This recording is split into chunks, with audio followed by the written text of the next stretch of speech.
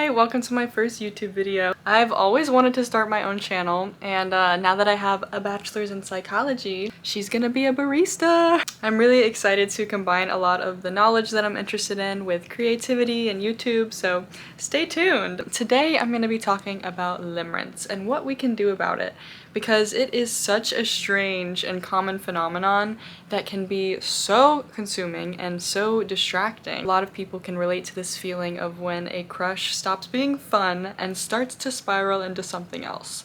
Something sinister. Somebody's detain me!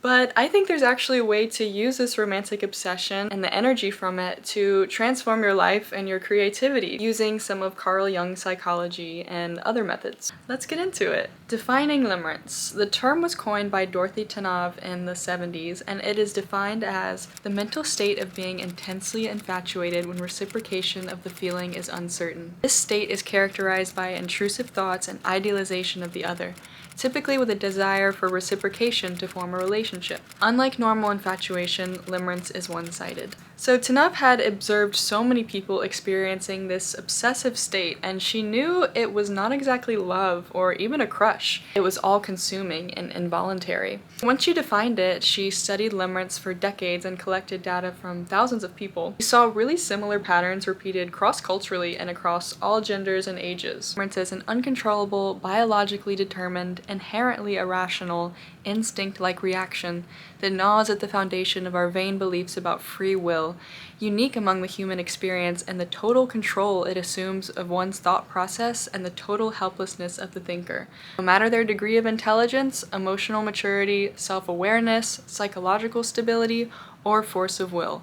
Indeed, the single most crucial feature of limerence is its intrusiveness, its invasion of consciousness against our will. And that's exactly how it feels, an invasion out of your control. Before it gets to that intense level, limerence starts out innocently, and it feels great. In her book, Tanav shares many of the interviews. One college-age girl describes the beginning of limerence in a really beautiful way. I woke up with the strange and wonderful feeling like nothing describable or nothing I had ever felt before. Problems, troubles, inconveniences of living that would normally have occupied my thoughts became unimportant. I looked at them over a huge gulf of sheer happiness. My delight in simply existing eclipsed everything else, and I literally could scarcely feel the ground as I walked. In some ways, my perception grew stronger. Color seemed more brilliant. The warmth of the sunlight on my arm as I drove to work was so acutely pleasurable that I marveled at never before appreciating it. I glowed and the world glowed back at me. And I think this is a really wonderful description of how fun limerence feels at first. We want to keep thinking about this person because it makes us feel good, it makes us feel alive. So here are some other things that she says about it. The course of limerence is a more intrusive thinking pattern than you may have ever experienced. At the peak reached by first crystallization, perhaps 30% of your waking thoughts revolve around them. At the height of limerence, the figure soars to virtually 100%. When limerence is at its peak, all other things in life are shunted off to the side and thought about only to the extent that limerence leaves for them. And so begins the daydreaming, analyzing every interaction, the emotional highs and lows. This is when you start to feel like SpongeBob.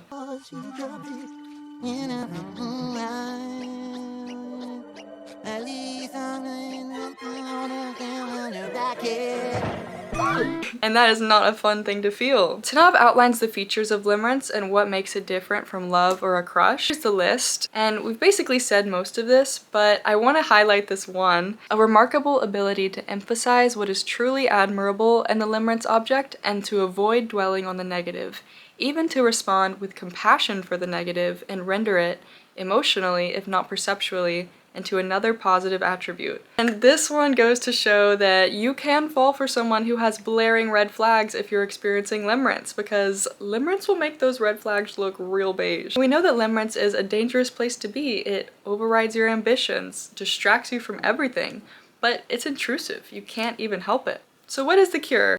Tanav actually says that there's no simple cure for limerence. Don't lose hope, because I think there is. She says that you can't just decide to stop feeling it. It has to run its natural course. Telling yourself to not think about them is just not gonna work. However, she explains it typically fades out after reciprocation or rejection. So either the person reciprocates in their feelings and limerence dissolves, because the uncertainty disappears, or they reject you, and the limerence fades because it has to. But that can be a long and painful process. What if it's taking forever to fade? What if you've experienced rejection and the intrusive thoughts persist? So as mentioned previously, there's no scientific cure, which is why I want to shift to the psychospiritual realm and some of Carl Jung's ideas. Limerence is a love spell that you have cast on yourself.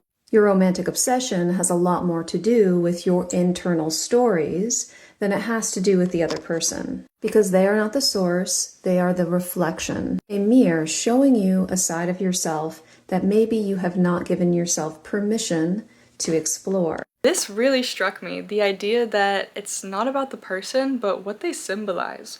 What are some qualities that they have that maybe you wish you had? So really take the time to ask yourself the questions, what does this person symbolize to me?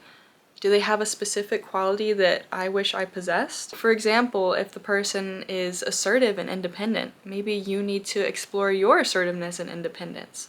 And this can be said for so many qualities. If they're a very creative person, you maybe want to explore your own creativity. Instead of shaming and pacifying your erotic desire, what if you creatively engaged with it? What if you asked, what does this truly symbolize? What does this say about what I want out of life and how I want to live?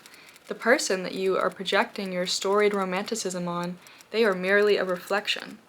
So on the topic of embracing our repressed qualities, let's get into Carl Jung's anima and animus. So I'm sure you've heard of Carl Jung or Jungian psychology. He coined the terms introversion and extroversion, the concept of archetypes, and so much more. So Jung theorizes that within all of our psyches we have both masculine and feminine sides, and he calls these the anima and the animus. Anima is the inner feminine aspect within a man's psyche, and the animus is the inner masculine side of a woman. A man's anima represents qualities like emotion, empathy, intuition, creativity, and connection to the spiritual life. A woman's animus represents the inner masculine traits of her psyche, traits like assertiveness, strength, independence, and rational thought. Now, I just want to clarify that I'm not saying men more logical, women more emotional. Like, we know that's not true, obviously. It is true that there are very observable qualities that are socially acceptable for men and qualities that are socially acceptable for women that have been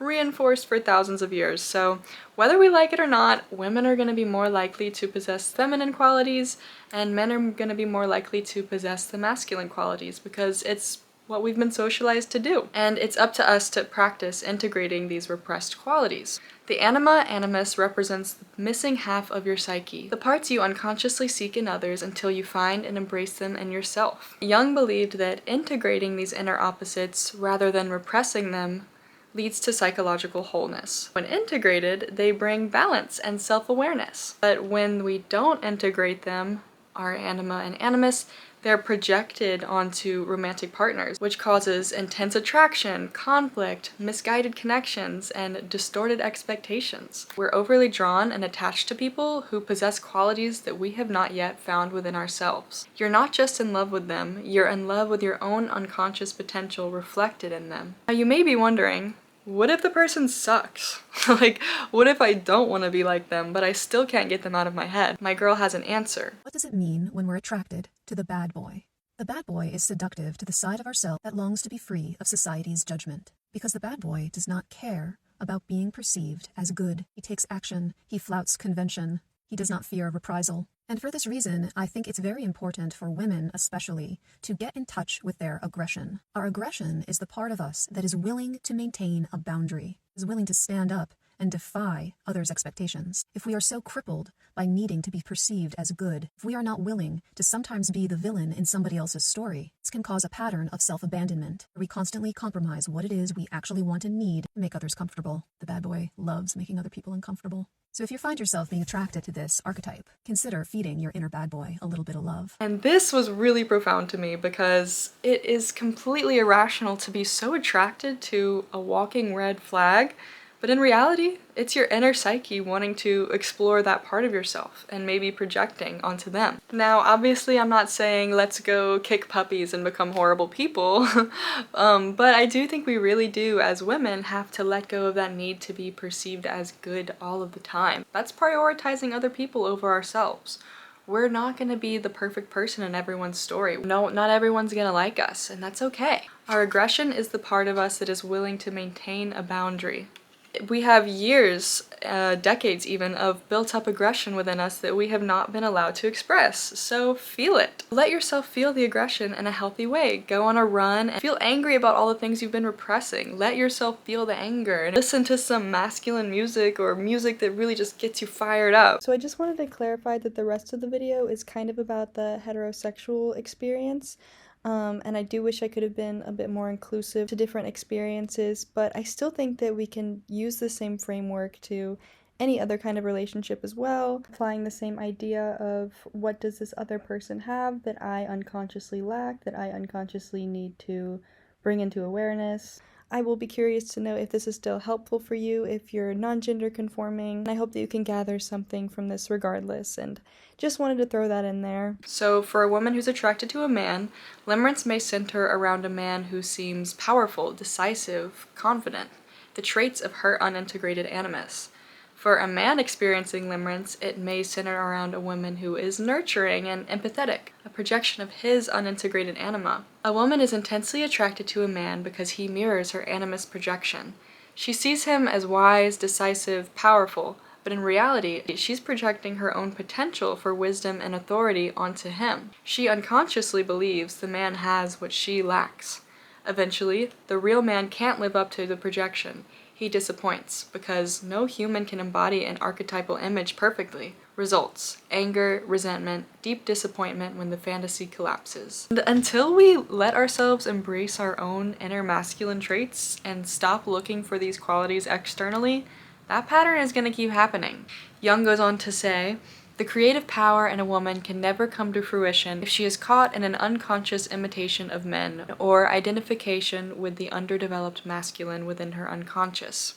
He defines masculine as the ability to know one's goal and to do what is necessary to achieve it. This is really interesting because as women, we are so naturally creative, but a lot of us are plagued with an indecisiveness and a struggle to take action because we haven't been taught to trust our intuition and are definitely not taught to be assertive. And it's necessary to be assertive in order to take action and accomplish your dreams. You have to take that action, and that often requires an assertiveness. Practice embracing those unrealized traits that your soul has been longing to embody.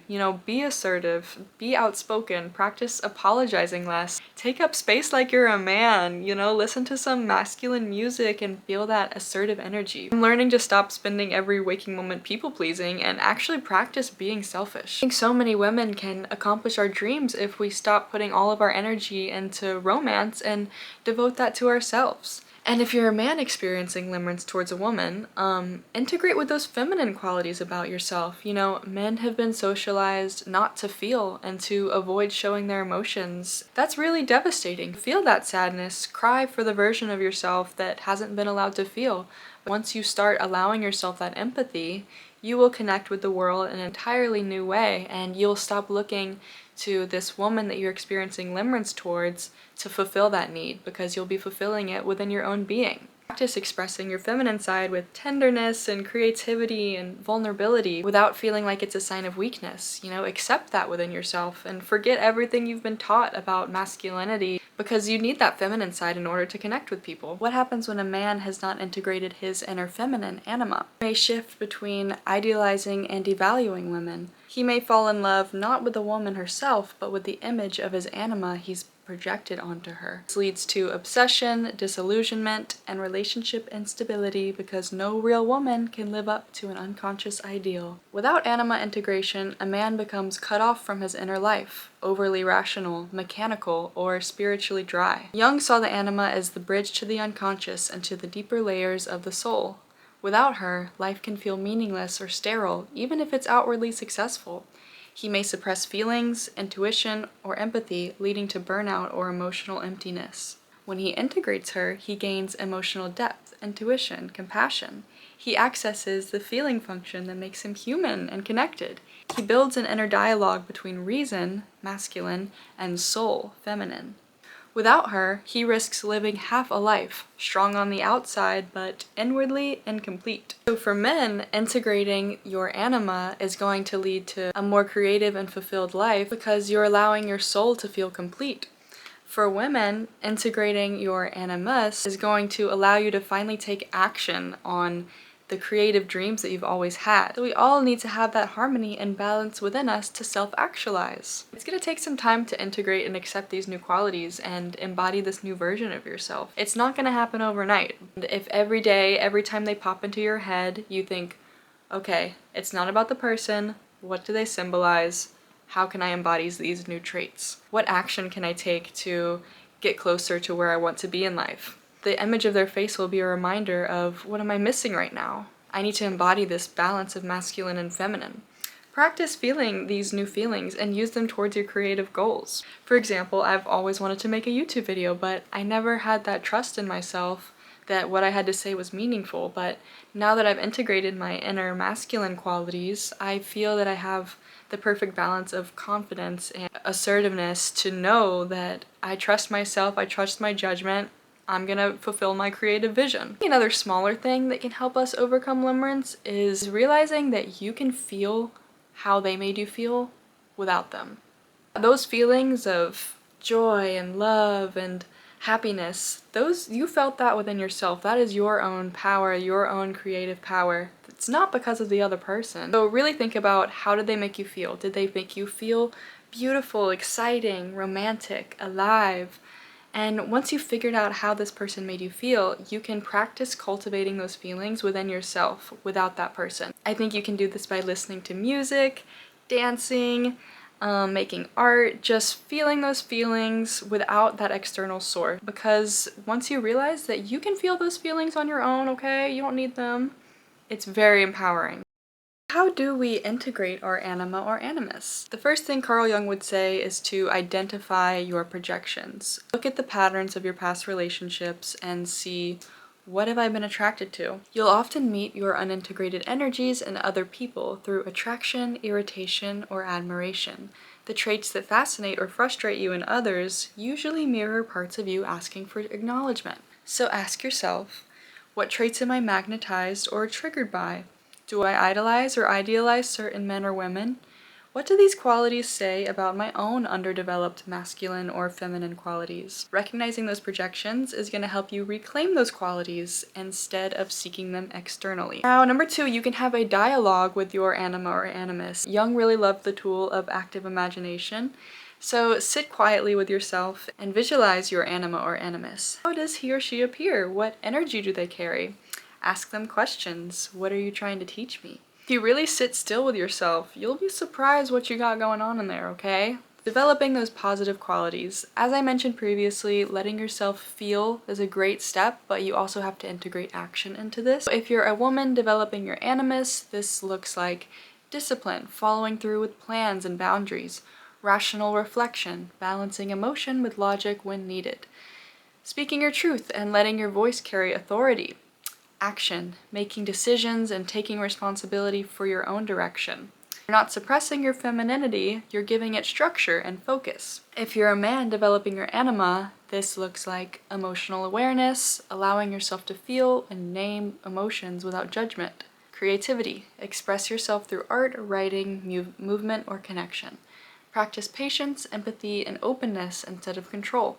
You're not abandoning logic or strength, you're adding depth, sensitivity, and balance. Healing the shadow. So the shadow side of the anima or animus is the negative side. It's the side that maybe we don't want to have within us, but we do. The shadow side of the animus can be cold, controlling, judgmental, or perfectionistic. Notice when that inner voice comes up and reparent that energy. Teach it cooperation, empathy, and balance. The shadow side of the anima can be irrational or overly dependent.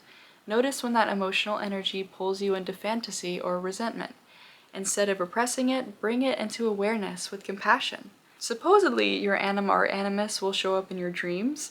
I haven't experienced that, but maybe if we start to pay attention to our unconscious, who knows what we'll find. The main thing is to get all of this out of your head and on paper, because that's just really the best way to reflect on yourself and help yourself grow. So make sure you answer those questions, pause the video. So in conclusion, the cure to limerence is not to move on to the next person, okay?